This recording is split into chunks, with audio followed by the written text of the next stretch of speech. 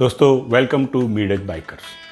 વિશ્વનો સૌથી ઊંચો પ્રદેશ જ્યાં માનવ વસવાટ છે, એટલે કે લગભગ 14,000 ફૂટે જ્યાં ગામો વસેલા છે, એવું સ્પીતિ વેલી ભારતના હિમાચલ પ્રદેશમાં આવેલું પર્યટકોને આકર્ષતું સ્થળ છે. હા દોસ્તો, આજના વિડીયોમાં આપણે વાત કરીશું સ્પીતિ વેલી વિશે. સ્પીતિ વેલી ક્યાં આવી છે, ત્યાં કેવી રીતે જવાય, કયા સમયે જવાય અને કયા સ્થળો ત્યાં જોવાલાયક છે, આ બધી વાતો આપણે આજના વિડીયોમાં કરીશું. પણ દોસ્તો, જો આપે અમારી ચેનલ સબસ્ક્રાઈબ નથી કરી તો અત્યારે જ મીડેજ બાઇકર્સને સબસ્ક્રાઈબ કરી લેવા વિનંતી.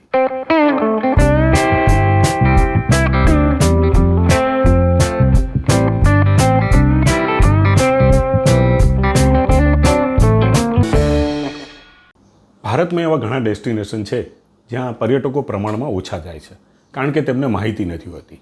સ્પીતિ વેલી આવું જ એક ડેસ્ટિનેશન છે. મેં તમને જેમ અગાઉ કહ્યું એમ હિમાચલ પ્રદેશમાં આવેલું સ્થળ છે, જ્યાં વર્ષમાં 4 થી 6 મહિના બરફ છવાયેલો હોય છે, એટલે કે દુર્ગમ હોય છે. વર્ષમાં 2 કે 4 મહિના જ એવા હોય છે કે જ્યાં તમે એની મુલાકાત લઈ શકો. સ્પીતિ વેલીમાં શિયાળામાં તાપમાન -20 ડિગ્રી સુધી હોય છે, પણ જેવો એપ્રિલ મહિનો આવે છે એટલે ટેમ્પરેચર વધવા માંડે છે. એપ્રિલ મહિનામાં દિવસમાં ટેમ્પરેચર -5 સુધી પહોંચે છે અને દિવસના ભાગમાં સૂર્યપ્રકાશ હોવાથી થોડી ઉષ્ણતા પણ તમને જોવા મળે છે.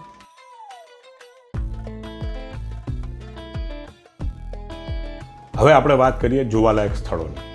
તો દોસ્તો, સ્પીતિ વેલીમાં મુખ્ય મથક કાઝા છે અને કાઝાની નજીક ઘણા બધા જોવાલાયક સ્થળો છે, જેમાંનું આપણે શરૂઆત કરીએ તો લાંગઝા વિલેજ.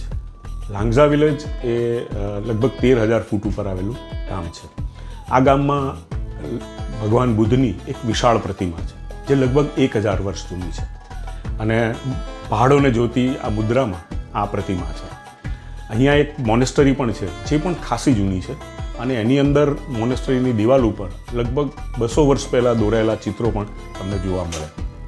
લાંગઝાની ખાસિયત એ છે કે જે તિથિસ સમુદ્રની વાત છે, એટલે કે લાખો વર્ષ પહેલાં જ્યારે હિમાલયની જગ્યાએ તિથિસ સમુદ્ર હતો, ત્યારે આ લાંગઝા એવું માનવામાં આવે છે કે એની તળેટીમાં હતું અને ત્યાંથી જે હિમાલય બનવાની પ્રક્રિયા થઈ એમાં લાંગઝા વિલેજ ઉપર ઉઠી આવી. અહીંના રહીશો પાસે તમે જોવા માંગો તો એ કદાચ તમને એમની પાસે કેટલાક જીવાશ્મીઓ પણ છે, દરિયાઈ જીવોના, એ પણ તમે ત્યાં જોઈ શકો છો. લાંગઝા પછી આપણે વાત કરીએ હિક્કિમની. હિક્કિમ એ લાંગઝાથી પણ થોડું ઉપર આવેલું ગામ છે. હિક્કિમની ખાસિયત એ છે કે અહીંયા જે પોસ્ટ ઓફિસ આવેલી છે એ વિશ્વમાં સૌથી ઊંચાઈ ઉપર આવેલા સ્થળની આ પોસ્ટ ઓફિસ છે અને આ પોસ્ટ ઓફિસ કમ પોલિંગ બૂથ પણ છે. આ તમે આની મુલાકાત 100% તમે ત્યાં જાઓ તો તમારે લેવી જોઈએ. ત્યારબાદ આપણે વાત કરીએ કોમિક વિલેજની. કોમિક વિલેજ એ વિશ્વમાં સૌથી ઊંચાઈ ઉપર આવેલું ગામ છે. હા દોસ્તો, કોમિકથી ઉપર વિશ્વમાં કોઈ પણ જગ્યાએ ગામ આવેલું નથી અને કોમિકની એક ખાસિયત છે. ત્યાં એક મોનેસ્ટરી પણ છે અને ત્યાં તમે ખાસ ધ્યાનમાં એ રાખવાનું કે તમે જ્યારે કોમિક પહોંચો ત્યારે બપોરના 12 વાગી ગયા હોય એ પછી તમે પહોંચો, કારણ કે સવારના સમયમાં અહીંયા ખૂબ જ ઠંડી હવા ચાલતી હોય છે અને એ મતલબ એમ કહી શકાય કે હાડ ગાળી નાખે એવી ઠંડી હોય છે. એટલે અહીંની એક સલાહ એ કે બપોરે 12 વાગ્યા પછી આ જગ્યાની મુલાકાત લેવી. આ સિવાય ત્યાં કાઝા પાસે કી મોનેસ્ટરી આવેલી છે.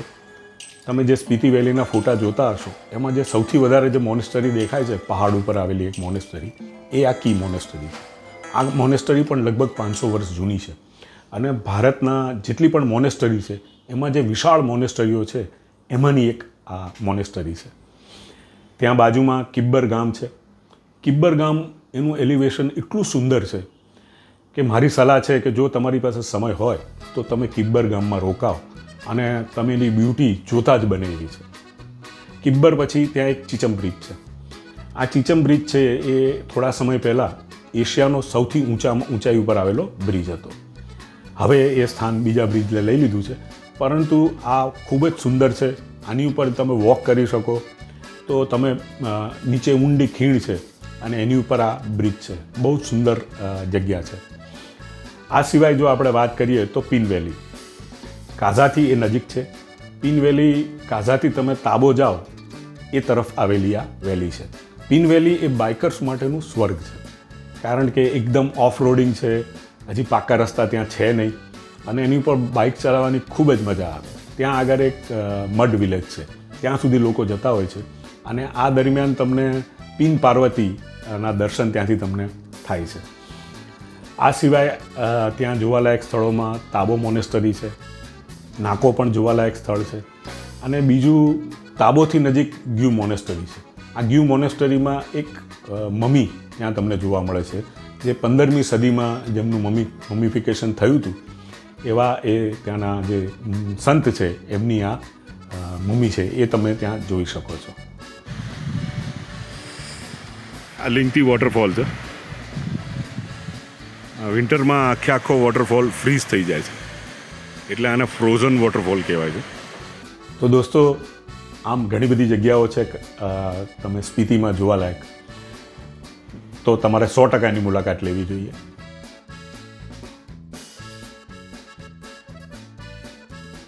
હવે આપણે વાત કરીએ કે સ્પીતિ કેવી રીતે જવાય. દોસ્તો, અત્યારે એપ્રિલ મહિનો ચાલે છે.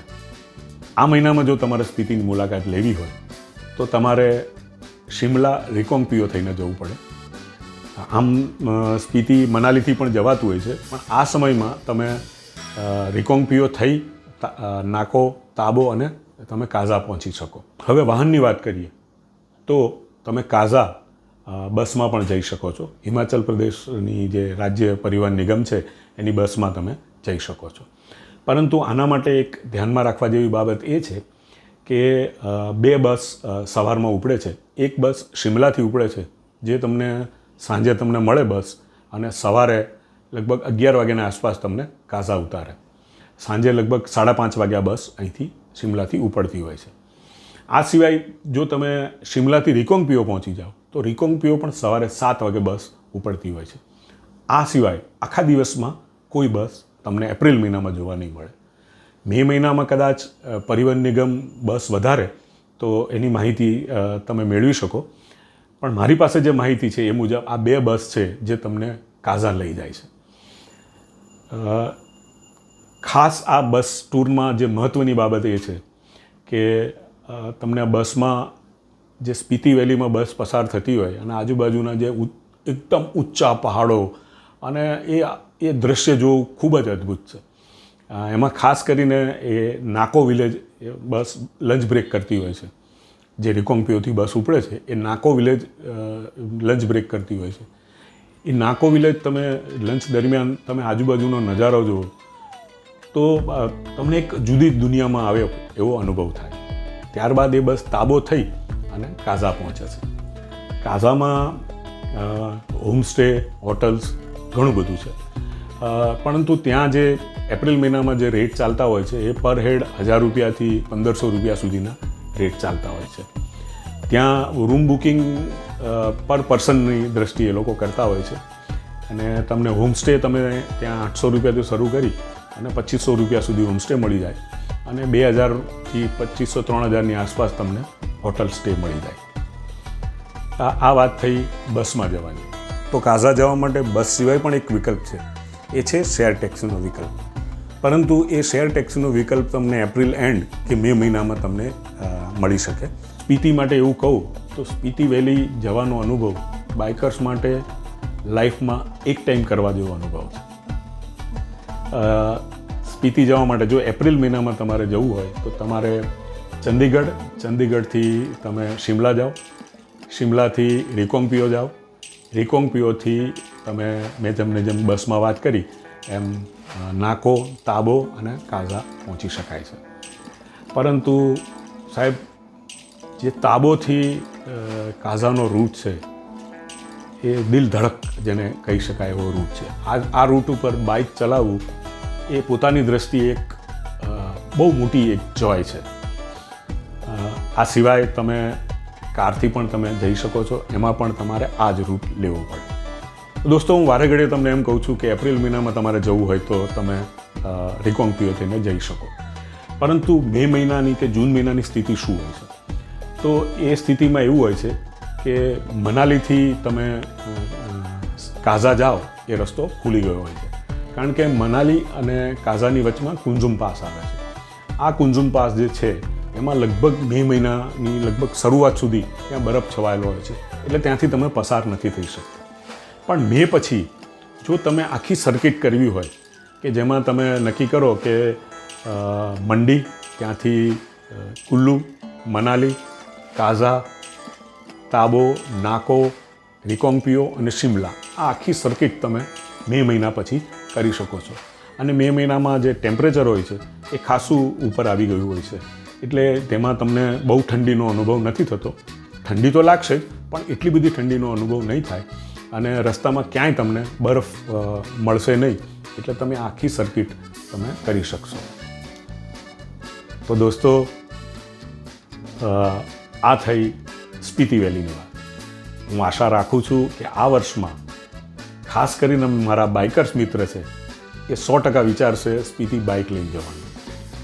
હું આજથી 2 વર્ષ પહેલાં ગયો હતો, પણ હું બાઇક લઈને નહોતો ગયો, હું બસમાં ગયો હતો, એટલે આ બસનો અનુભવ મારો પોતાનો અનુભવ છે. અને ત્યાં મેં બાઇક લઈને આ બાકી બધીની જે સ્થળો છે એ જગ્યાએ ફર્યો હતો. તો દોસ્તો, આ વિડીયો કેવો લાગ્યો આપને? અને જો મારી રજૂઆતમાં કંઈ ખૂટતું હોય તો મને જણાવવા વિનંતી છે. આવી જ રીતે ફરીવાર પણ આવા કોઈ વિડીયો લઈને મળતા રહીશું. અને ખાસ મારે તમને જે ડાયરેક્ટ કોમ્યુનિકેશન કરવું છે એ છે કે હું અત્યારે એક ટૂરનો પ્લાન કરી રહ્યો છું. એ ટૂર માટે હજી રસ્તા ખુલ્યા નથી, ત્યાં હજી પણ બરફ છવાયેલો છે, એટલે તમે સમજી શકો છો કે ઉત્તર ભારતની કોઈક એવું સ્થળ છે જે સ્થળ મારા હૃદયની ખૂબ જ નજીક છે. ત્યાં જવાનું હું પ્લાનિંગ કરી રહ્યો છું. અને એના સંદર્ભે જ તમે જોયું કે અમે ટેન્ટ ખરીદ્યો. એ ટેન્ટમાં આબુમાં જઈને અમે એક રાત્રિ ગાળી, ત્યાં જાતે રસોઈ બનાવી. આ બધી એ જ ટૂરની તૈયારી છે.